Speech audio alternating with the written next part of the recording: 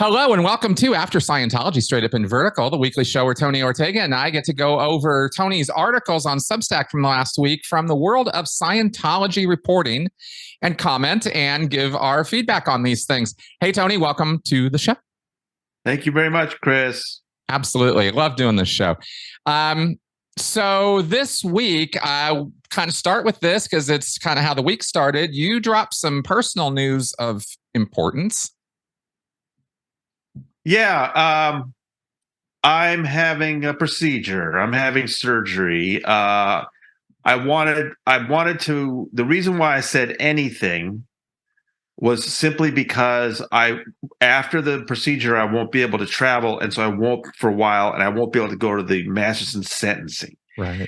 And I knew if I didn't go there, people would have questions. I just figured I'll go ahead and say what's going on. But I didn't want anybody to think that I'm going through anything like what Mike Rinder is. This is not as serious.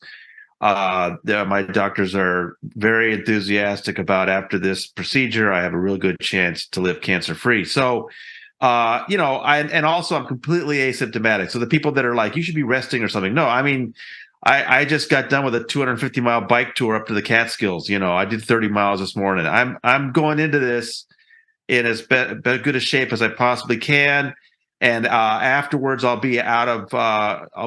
It'll be tough for me to do work for a short time, but I think I'll be back fairly quickly. And I've been getting a lot of wonderful support from people, so I'm hoping that things keep going the way they are. I just can't go anywhere for a while, so it's not fun to have a cancer diagnosis, but it's something that I've been living with for a while now, and I just want people to know what's going on. Excellent. Okay. Well, thank you very much for sharing that. And of course, we all want you to get through this. So please do so. Don't disappoint us. You have many years ahead of you of reporting. Okay. So I guess getting on with the reporting from the week, the first story we might want to talk about was, and I was just flummoxed by this. One of Scientology's front groups called Criminon was evicted from their quarters in California. This is Criminon West US, which, by the way, is probably going to represent the largest Criminon group in the world. West US. Probably. Yeah, you're right. So what happened here? Well, a tipster let us know that they were having a hard time paying their rent, which was not very much, apparently.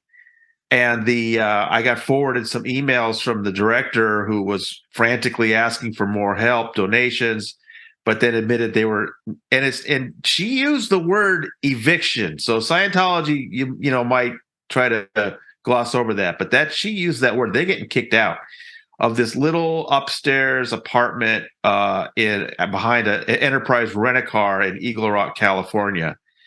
And there was some interesting things in those emails about, in Criminon, what they do is it's a correspondence thing with inmates. Mm-hmm.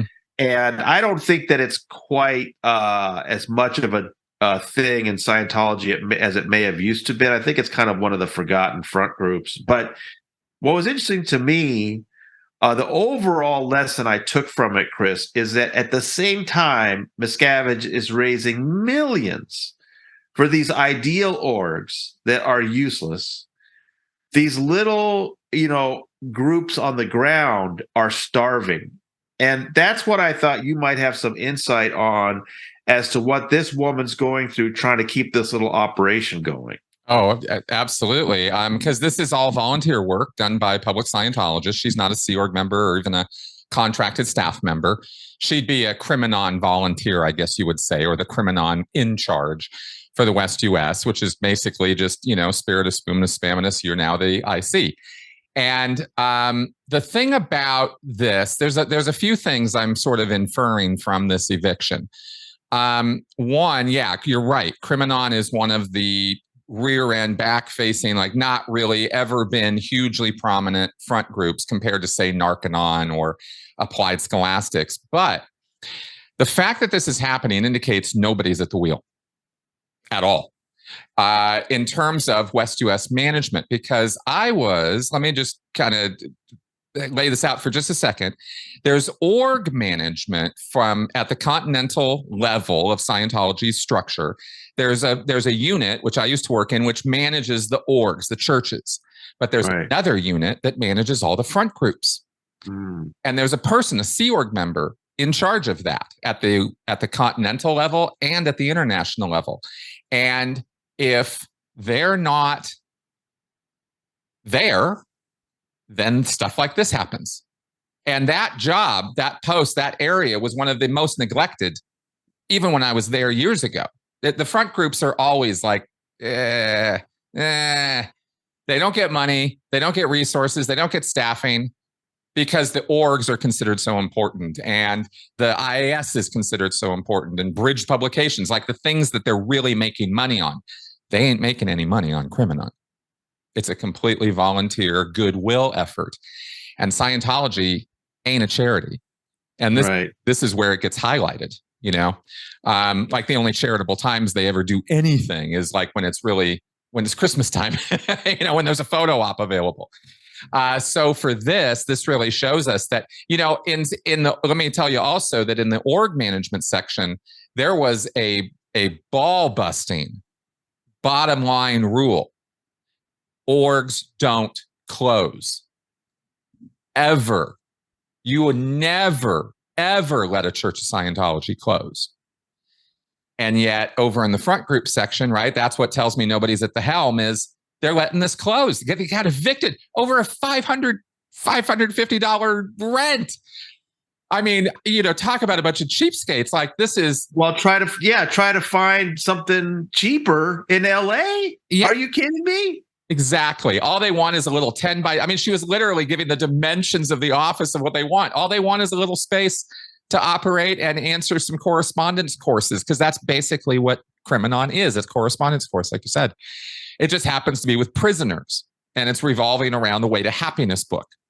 Right. Okay. Yeah. Oh, you know, so good. I mean, it's actually one of the few things, I'll say it's one of the few things that legitimately probably helps people for real. You know, because criminals are like kind of lonely people. And when there's an outside line willing to actually help and care for them, that means a lot. And the people who volunteered for Criminon, I used to know some of them, nicest people you'll ever meet. So there's nothing nefarious going on here. And that's why there's no money going to it. So. Well, to me, I thought it was just very symbolic that David Miscavige's job is to get money out of these big donors and to keep them convinced that Scientology is thriving. And he does it through these ideal orgs and grand openings and events. But on the ground, Scientology is actually withering and losing members, losing resources. And this is a great little, you know, example of that they can't even keep open an office for one of their front groups. So that's why I felt that it was a pretty significant little development. Absolutely. It really is. It's one of those little things that it's one of those glimpses behind the curtain that if you know what you're looking at, you realize there's termites at the foundation there. There's like something really bad going on there that's allowed to happen. So it's a good sign for us. Right. As what we're trying to do. Speaking of other interesting developments in the backwards progress of Scientology, Austin Ideal Org opening. We talked about it last week. Now it's canceled. Right. So on July 30th, we had a story about how Scientology had asked the city of Austin to shut down Guadalupe Street from 2 p.m. to 3 p.m. on Saturday, August 26th. And it looks like they'd gone through a whole set of approvals. They'd asked for it since March. A bunch of it was already signed off on by the city. There were still some things that were still pending. But, you know, we asked in that story, we asked two questions. Why would you want to do anything outdoors in Austin on a Saturday afternoon in August? I look back through the weather records, and it's just god-awful hot. And also, why would David Miscavige risk being in public when all these process servers are looking for him? So 3 days later, on August 2nd, records show Scientology canceled that with the city of Austin. And, some people there that know this whole process told me this is not trivial. I mean, they had to pay like $250 just to apply for this. It would have taken weeks and weeks. They've been working with people, and now all of a sudden they changed their minds. So, my first thought was simply that Miscavige is like, oh, wait a minute, what are you guys doing? I can't go there right now. These got. And that same day is when Leah's lawsuit was filed, but I don't know if they knew that yet. Right. But you think there might be another reason why they keep, and this is multiple times they've canceled and reset it. So you think there might be another reason why? Tell me about that. Oh, here's what I'm hearing. The sort of jungle drums. Okay, so it's as reliable as it is, but I'm hearing that this trainee thing, that all the orgs around the world of Scientology are sending many staff, not just one or two, to flag for executive training. Now, usually, customarily in the past, it's always been to LA. There was a whole organization just for Scientology executive trainees called International Training Org. Apparently, that's not a thing anymore. So they're doing everything at flag. And everybody's going over there and they're doing this super duper executive, gloritorious course that's going to make them into super powered executives. And quite literally, they get superpower. They are super powered executives. So great. That's great.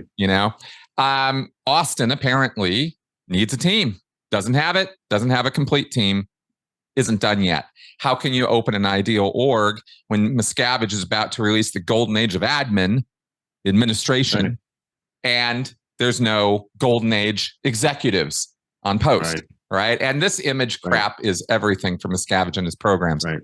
So that is another possible explanation. But I got to tell you, same day cancellation with Leah's lawsuit makes a pretty good case that it's also Miscavige running scared from process servers. So it could just be that that's an excuse, but it is a very real world problem for Austin and every other org in the world right now to get these trainees sent. So that apparently is what I'm hearing. And just to point out, at the New Year's event, Miscavige told the crowd that he would have 4 new ideal orgs open in the first quarter, which is March 31st. So now here we are in August, and he's opened 0. That's right. So obviously his followers aren't going to hold him to that or anything like that, but it still shows that maybe well, we know things are bad. So another indication that things are bad. That's right. That's exactly right. And whether it is because the orgs aren't ready, whether it's because there's a financing problem, or whether it's because Miscavige is just not going to put himself in harm's way with process servers out looking for him, all of it spells bad news for Scientology. So I'm down. Speaking of bad news, now this was actually pretty awesome. There was a surprise story coming out of 60 Minutes Australia. Yeah, I have a nice history with them. Back in 2019, they had interviewed me for something, and then just by accident, I happened to be in LA visiting family when they were there, and they called me up and asked me if I would go with them up to Twin Peaks. So Tara Brown and I went up there. We tried to talk to somebody on the intercom. We filmed some stuff up there. It was a lot of fun. We obviously didn't get to talk to anybody, but at least I could point out to her the compound and where the PIs are across the street. And it was hugely successful for them, millions and millions of views on YouTube and stuff. So they called me up again and said, hey, we're going to do another piece, this time about Valerie Haney. And they had seen the things that I've been writing about Valerie, Rolling Stone, that kind of thing. And Valerie had agreed to an interview. So I was really excited because this is Valerie's first TV interview since the aftermath. Right. And so they interviewed her, they interviewed me, they interviewed Mark and Claire. But it's not just about Valerie. That it ended up being about the whole Masterson case and also Shelley. Right. And Tara and her producer, Sammy, really did a great job putting them all together and showing how they're all kind of related and how bad this is for Scientology. And, you've got a big celebrity going to prison. You've got Valerie's just ridiculous adventures in court and Scientology's bizarre influence over judges, and then also law enforcement not doing anything about Shelley. So it all kind of added up to this really interesting moment in Scientology history. And I thought they did a really, really good job putting that all together. I was very happy, fortunate that I got to be in that. Yeah, awesome. I did see your part. I haven't watched the entire video yet, but I did see the beginning and I saw you and I was like, oh, this is cool. This is really good. Because they really framed you guys well and they put everything together well. And as you said, it really kind of, the intro is powerful. I mean, the beginning, I'll speak to that. Well, look, this is 60 Minutes Australia. It's a very professional national network level crew. They know what they're doing. And that's the thing, Chris, it made me realize, it just made me sort of think about the fact that we're not seeing this on CBS, ABC, NBC, Fox in this country. Right. And, there's, of course, Scientology's going to howl over the way they put this together, but it's all accurate. And they don't like it the way it's all put together, the way that I'm sure the way that Tara described it, but she didn't say anything that was untrue. So it just shows you that this kind of work can be done about Scientology, and it's a shame that U.S. networks are still so skittish, which is something we also learned from Leah's lawsuit. That's right. I was going to mention that. That's right. That was actually literally written into her lawsuit. The whole Anderson Cooper thing and how they were still backed off from Scientology because, that here's the thing about Scientology that maybe might summarize this in such a way that people really get like just how insane this is. But Scientology is an organization that actually managed to intimidate the IRS. Yeah. I mean, that's not a nothing accomplishment in the bad side of things, but it speaks to how over the top they're willing to go. I mean, they will not forgive and forget, and they don't go away after a couple nasty letters. They keep going. And that's what backs off news organizations. And I wish it didn't work, but and kudos to 60 Minutes Australia for not kowtowing or bowing down to any of that nonsense. Right. Because they're hearing about it too. Whatever Australia, whatever. Well, I'm sure they're getting lots of complaints there. I'm sure they are, but they've, they just do it. They don't let it bother them. Good for them. That's right. Go Australia. On this one, 2 thumbs up, right? I suppose that's Steve Kanan nonsense. Okay, now, right. Biggest news of the week, of course, Leah's lawsuit. I covered this in some detail. I've literally got it printed out right here.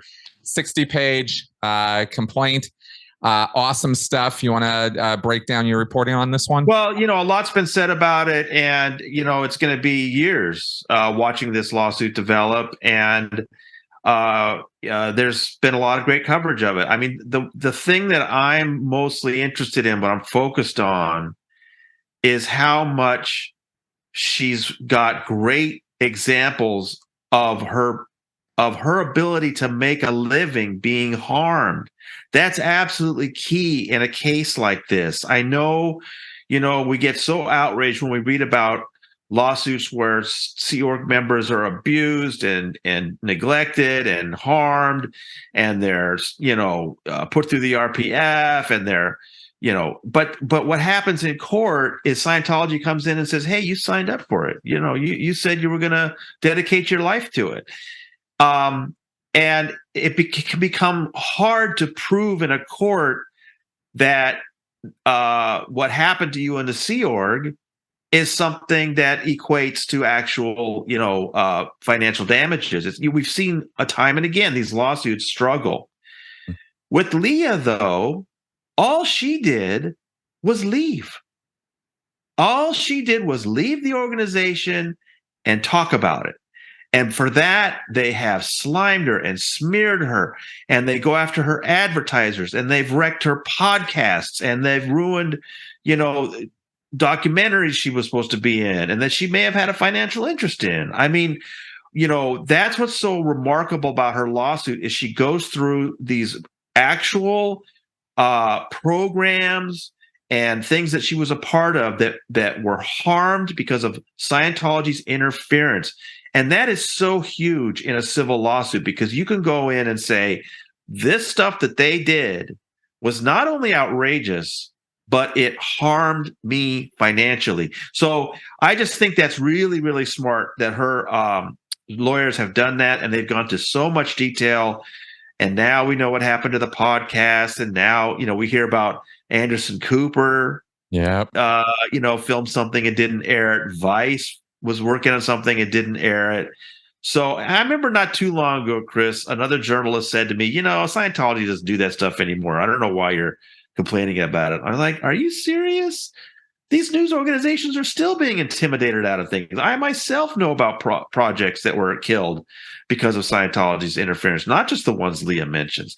So that's just amazing that she's got so much good information there. Also that, she's willing to put herself out there with these terrible, awful memes they make about her.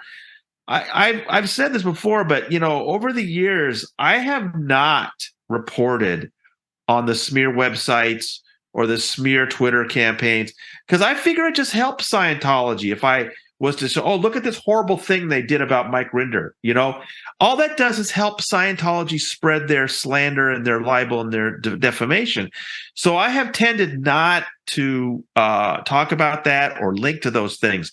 But now for Leah, in her lawsuit, she puts those pictures right in there, these disgusting ways that they've slimed her. That can't be fun for her. You know what I'm saying? It just takes such bravery of her to put herself out there and say, this is the way I'm being smeared. These are the things being said about me. I sent her a message. I just thanked her. I said, there are a lot of people out here who have all gone through stuff like that. And I'm sure a lot of those folks would love to sue too. But, she has the resources, and it just takes a lot of guts to do what she's doing. Big time. Absolutely true. All of it. I will. I texted her and thanked her as well from the bottom of my heart, because there's a couple points about this lawsuit and going through it that I made on my show on Friday. I think we can probably all agree on these points. One, I don't, settle in for a long ride, as you said. This is going to take a while. Two, I think we can all pretty much agree, pretty sure. I mean, we can't predict the future, but pretty sure she ain't going to settle. She's going to take this thing all the way through. They're going to offer, and she's going to be, not doing it. We're going to go in front of a jury here, because that's what the complaint is. It's demand for a jury trial. Interesting in the language of this, and I know it's a big ask. I know it's not legally probable that this is going to happen, but I still appreciate that it's in this lawsuit, is language that calls for the court to grant injunctive relief, is what it's called, to order the Church of Scientology to cancel fair game practice as a practice. Wow. Not just against her. The language is right. That's kind of, buried in there, but it's powerful. And when I saw that, I was like, holy cow.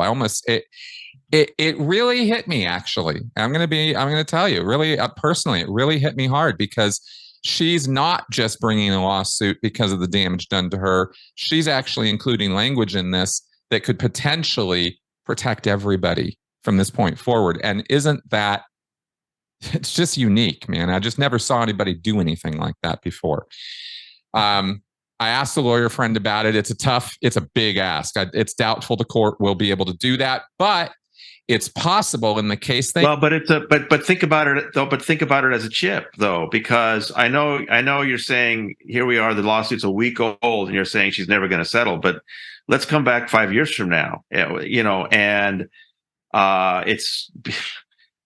people get worn down, but there's different ways of settling. I mean, if Scientology is willing to cut her a big check and agree to stop fair game, that might be a great settlement for her. You know what I'm saying? So you put that bargaining chip in there right from the beginning. Yeah. And at least it has something that they could talk about in a few years. But, think about, Laura DiCrescenzo, 9 years before she was finally about to have trial. Yep. And the crap they had put her through, and the way her lawsuit had been dismissed and revived. They went to the Supreme Court. Okay, now it's 9 years later, and the Church of Scientology says, here's a big check to make all this go away. It's real easy for us out here to say, no, go to trial, go for it. Because, ultimately, Chris, it's the government that should be investigating and prosecuting these crimes and not individual private citizens. So I don't want anybody to think that if Leah ends up getting a big settlement 5 or 6 years from now, that it's a failure. It wouldn't be, because think of all the evidence that would come out in the meantime, and think about how bad the church would be. I mean, the coverage of this is going to be intense. So let's not say that, a settlement is a failure. It's not necessarily. There could be some really interesting things the church has to give up in that settlement. But just for now, and we can talk about this, what's going to happen immediately is, what are the defenses from the church, Scientology? Sure. Now, for the last 10 years, the number one thing they go to is this arbitration thing. And I remember somebody said to me, yeah, but Leah was an employee. I mean, she was the Sea Org, but it was so long ago, I don't think they had those arbitration clauses. But the arbitration clause is in everything. Any waiver you sign to take the Purif, to take the comm course, to take anything, you sign a document that has the arbitration clause. So they might try that. Mm-hmm. However, she's doing this in California, where, if you remember, that appeals court has already found that those contracts don't apply if the allegations of abuse you're talking about occurred after they left. And so the complaint does talk about her time in Scientology, talks about her background, her childhood. But if you look at the actual counts that she's charging, all of that is from stuff that happened after she left. So very, very smart. So I think that'll kill the arbitration thing strategy. The second thing they go for is anti-SLAPP, and that may slow things down for a while, but I don't think a judge is going to buy that Leah's a bully silencing the Church of Scientology with a frivolous lawsuit. No, that's not going to work. So then you basically come down to the thing that I think they tipped in that outrageous response from David Miscavige, and that is, they're just going to go really strong with the First Amendment defense. They're going to say, look, the things we're saying about Leah Remini are really awful. They'll say because she deserves it, first of all, but also they'll say it's speech. She may not like it, but these are the things we can say about her all day long. And we're a religious organization, and so we have even more protection. I have a feeling that's going to be what their number one defense is going to be in court. But, again, what Leah has done with their attorneys that's so smart is they have already set up the idea that it's not just what Scientology said, it's the effect that their campaigns had on her advertisers, on her programs. So I think it's going to be really interesting, and they're going to have to give us some sort of response fairly soon. For sure. Absolutely. I don't disagree with anything you're saying. I do agree with these things. I think that I get your point about, if she settled, that would be a failure. I wasn't really trying to imply that, but I definitely get your point. I don't know about those. I'm curious to see how they're going to deal with the arbitration. It's not necessarily a gimme on that one. Valerie had to really fight for that, but we'll see. We'll see how this will. I mean, Valerie lost that, but that Valerie's loss that forced her case into arbitration occurred before the appellate ruling. Oh, got it. Okay, maybe. And then she was unable to get the court to look at it again in light of the appeals court. Also, Valerie's was a little different because she was suing for things that happened while she was in and after she left. But she never really got a good hearing on that from any court about where that stood with the appellate ruling. I feel for her because she really hasn't had a chance for any court to take a good look at that. Right.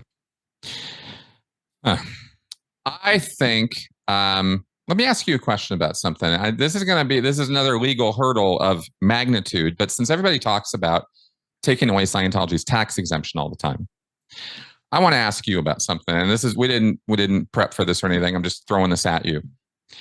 What about taking away, instead of going after their tax exemption, which we already know what it looks like when Scientology doesn't have tax exemption? They survived for decades without it. But what if they took away their religious status? Yeah, but they're based on the same thing, Chris. They don't have religious status. They have tax exemption as a religious organization. Right. So canceling tax exemption doesn't cancel their religious status, though. They still were considered and protected under the First Amendment the entire time their tax exemption was revoked by the IRS. No, Lawrence Wright was really clear about this and going clear that there is no governmental body that declares something a church. There is only the IRS that declares something a nonprofit organization that's a religious organization. Nobody says you're a church or you're not a church in this country. No, it's just tax exempt status as a religious organization. That's all they have. But it's really difficult to get rid of it because you would have to ask the IRS to go back and reopen that whole investigation. And that's a headache that the federal government has just not appeared willing to do. Okay. I will from the little bit of interaction I've had with federal investigators, they seem to know this, and so they're a little more interested in financial crimes. They want stuff on paper that this organization has done to people, then they can do something. And if you get some criminal convictions, then maybe you can talk about tax exemption. So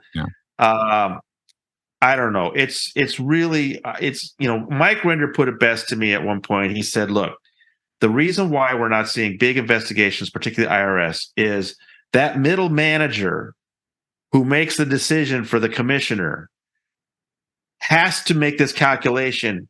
Okay, there's no question Scientology is violating its agreement. There's no question it's harming people. The question is, am I ready for that to be the rest of my career? Right. Because that's all that middle manager is going to be doing for the next 10 years. Right. So it's just a matter of will, Chris. And I kind of understand why some of these government bodies don't do anything, but it's infuriating that they don't do anything. Well, that's for sure. I definitely am definitely in agreement with you about that. I think that a RICO case needs to be made and brought against them because I think you take down Scientology the same way you take down the mafia. I'm deadly serious about that. I think, like I said, they're interested in financial crimes. I think you could make a racketeering argument about that, and that's you need recent financial crimes, and I can tell you that attorneys like Graham Barry have been feeding those to the government. But again, it comes to when are they going to do something? Exactly. Just don't know. It's been frustrating waiting for action. Yeah, for sure. Okay, well, those were the things we had this week. I guess the only other thing I can comment on very, very quickly is we referred to Miscavige as the church's official response to Leah's lawsuit. And all I'm going to say is at this point, in Scientology watching, it's embarrassing seeing the press releases from Scientology at this point because they are so unbelievably childish. It's like a fifth grader wrote it. Thoughts? Yep. No, you're right. And like I said, of course, people were laughing at it. It said if she doesn't like the free speech that Scientology uses, that she should go to Russia and all that. But I was interested in it more as a signal that that's going to be their approach to this lawsuit. They're going to come back and just say, "Oh, we called her a rapist apologist. Oh, we called her a adulteress, whatever. Guess what? We have free speech. We can call her anything we want." That's going to be their approach. Other organizations might realize that with the shining light of the court and the press, maybe they ought to disassociate themselves from that kind of behavior. Scientology has no shame, none. And so they're just going to go in there and say, guess what? You can't stop us from saying this about people. This is what we do. And that's the message of that response to me. We'll see. Maybe they take a little more nuanced approach in court. But my guess would be in about 2 or 3 weeks, we're going to see a response written by William Foreman, maybe Jeffrey Riffer. That would be fun, but I don't think he's going to get involved yet at this stage. And it's just going to be a barn burner about, we are a worldwide religious organization and we have free speech and we can say whatever we want. Right. And it'll be interesting. It will. It'll be very, regardless. And it's like David Bowie says, I can't promise you what's coming, but it won't be boring. That is the truth. All right, man. Thank you very much for joining me this week. Folks out there, thanks for coming around and watching us go on about this stuff. Like, share, subscribe, check out Tony's Substack. The address is right there. You'll get daily notifications of his reporting, which you should be getting. And of course, subscribe to this channel. See you guys next week. Bye-bye. Bye-bye.